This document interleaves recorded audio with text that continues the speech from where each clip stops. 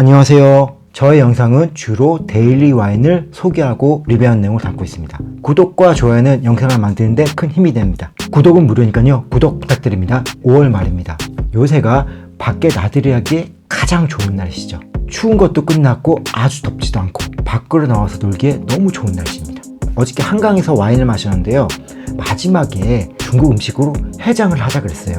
그런데 먹다 보니까 배가 불러서 중국 음식을 못 먹었어요. 그러다 보니까 오늘 중국 음식이 너무 땡기더라고요. 그래서 짬뽕과 탕수육을 포장해 왔습니다. 이렇게 짬뽕과 탕수육을 포장해 왔으니 거기에 어울리는 와인 한잔하지 않을 수가 없겠죠. 맛있는 중국 음식과 함께 한잔하도록 하겠습니다. 오늘 마시는 와인은요, 스페인의 까바입니다. 프리시넷 꼬르똥 네그로 그랑 셀렉션입니다. 빈티지는 없는 넌빈티지고요. 가격은요, 일반 마트에서는요 할인할 때 15,000원 이하로 구입이 가능한 와인입니다. 요새 와인을 싸게 파는 로드샵에서는 좀 더 싸게 구할 수가 있고요. 와인의 색깔을 보도록 하겠습니다. 색깔이 매우 맑아요. 가장 옅은 색인 페일 스트로 색깔인데요, 그 중에서도 거의 가장 밝은 색깔이라고 할 수가 있습니다. 저가 까바의 한계인지 기포가 매우 약해요. 초반 향에서는요, 아카시아 꽃향이 살짝 나고요, 귤, 파인애플 그런 과실향도 나고 구수한 빵향, 또한 살짝의 돌적인 미네랄틱한 그런 향도 풍깁니다. 산도도 꽤 높습니다. 목넘이 말 때도 그렇고요. 또한 다시 올라온 향에서는 구수한 향이 메인이고요. 향에서 났던 귤, 파인애플 그 정도의 과실향이 납니다. 아직까지는 향과 맛 모두 평이한 그런 느낌을 주는 와인이에요. 브랜드 프리시넷은요, 1861년에 세워진 회사입니다. 그런데 처음에 프리시넷으로 나오진 않았던 것 같아요. 1861년에 만들어진 건 맞는데 프리시넷이라는 브랜드는 1914년에 처음 출시가 됩니다. 그리고 이 꼬르똥 네그로 까바는 1974년에 출시가 돼서 세계적인 인기를 얻습니다. 프리시넷은 1985년부터 현재까지도 세계 넘버원 스파클링 와인 브랜드라고 합니다. 현재는 500개 이상의 포도 농장으로부터 포도를 사와서 와인을 만든다고 하네요. 시간이 지나고 온도가 올라가도 큰 변화가 있는 것 같진 않아요. 향은 좀 더 약해지고 맛에서는 누룩향과 귤과 파인애플의 과실의 느낌이 좀 더 잘 느껴집니다. 오늘 먹는 음식은요, 서도 얘기했듯이 어저께 먹고 싶었던 중국 요리를 준비했습니다. 이것은 동대문의 상해반점에서 사온 짬뽕 탕수육입니다. 6,500원이에요. 원래 6,500원도 되게 가성비가 좋은데 이번에 이모님이 주문을 좀 실수로 잘못 받았어요.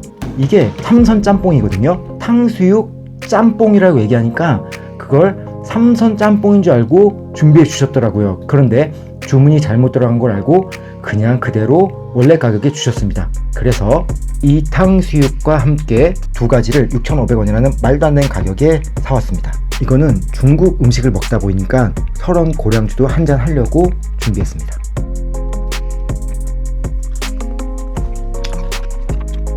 역시나 스파클링 와인이 웬만한 음식과 잘 어울리는데 튀김과도 괜찮습니다. 주문이 잘못 들어간 짬뽕도 먹어봐야죠. 와, 이런 실한 쭈꾸미까지 들어있네요. 원래는 이 삼선 짬뽕만 8,500원입니다.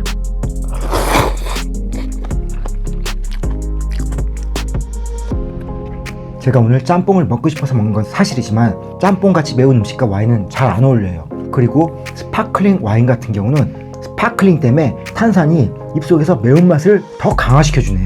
그래서 매우 자극적이게 느껴져요.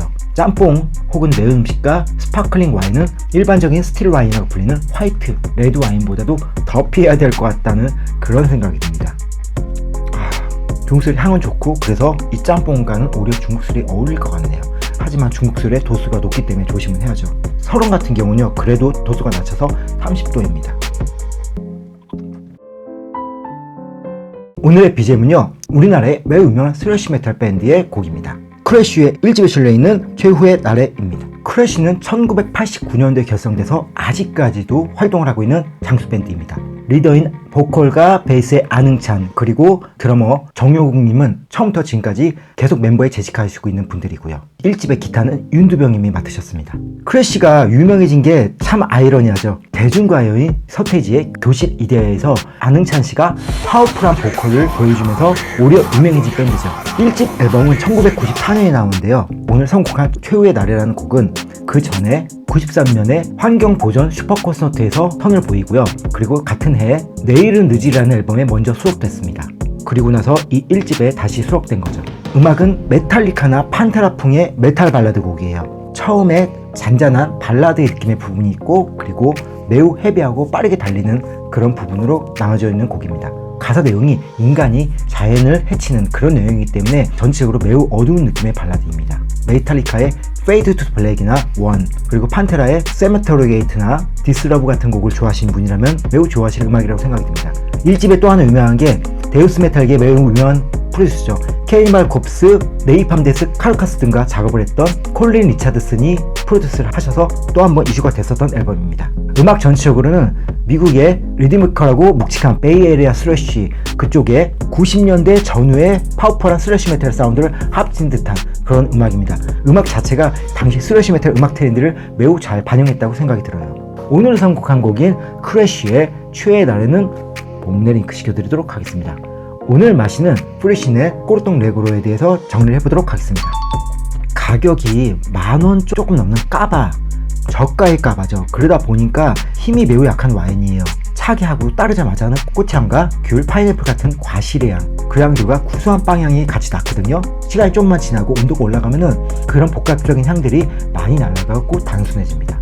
온도를 낮추고 다시 따르더라도 열자마자의 그런 향보다는 확실히 단순해졌어요. 산도 살짝 높고요. 불이지만은 아주 드라이한 걸 기대했다면은 아쉬울 수 있는 그 정도의 드라이함을 보여주는 와인이에요. 맛에서는 지금 향에서 메인을 차지하고 있는 과실향과 빵향이 주로 느껴집니다. 10,000원 초반 정도의 까바를 고려하면은 가성비는 괜찮다고 생각을 해요. 특히나 초반에는 향도 보다 다채롭고 구수한 빵향을 메인으로 하는 맛도 괜찮고요. 그런데 시간이 지나면은 좀 더 플랫해지기 때문에 이거는 혼자 드신 거 나쁘진 않겠지만 여럿이서 한두 잔으로 빨리 끝내는 게 더 좋을 것 같은 그런 와인입니다. 그리고 스파클링 와인의 과실향을 좋아하시는 분들은 이 와인은 좀 피하는 게 좋을 것 같아요. 이 와인은 과실이나 화려한 느낌보다는 빵향이 집중이 되어 있습니다. 그러니까 대신 샴페인의 빵향을 좋아하시는 분들이 저가의 스파클링 와인으로 빵향을 느끼고 싶다.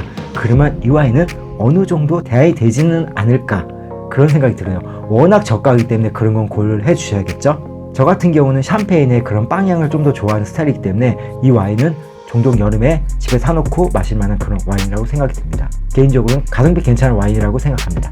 저희 영상이 여러분들께 즐거움이나 도움을 드렸다고 하시면요, 구독과 좋아요, 알람 부탁드립니다. 감사합니다.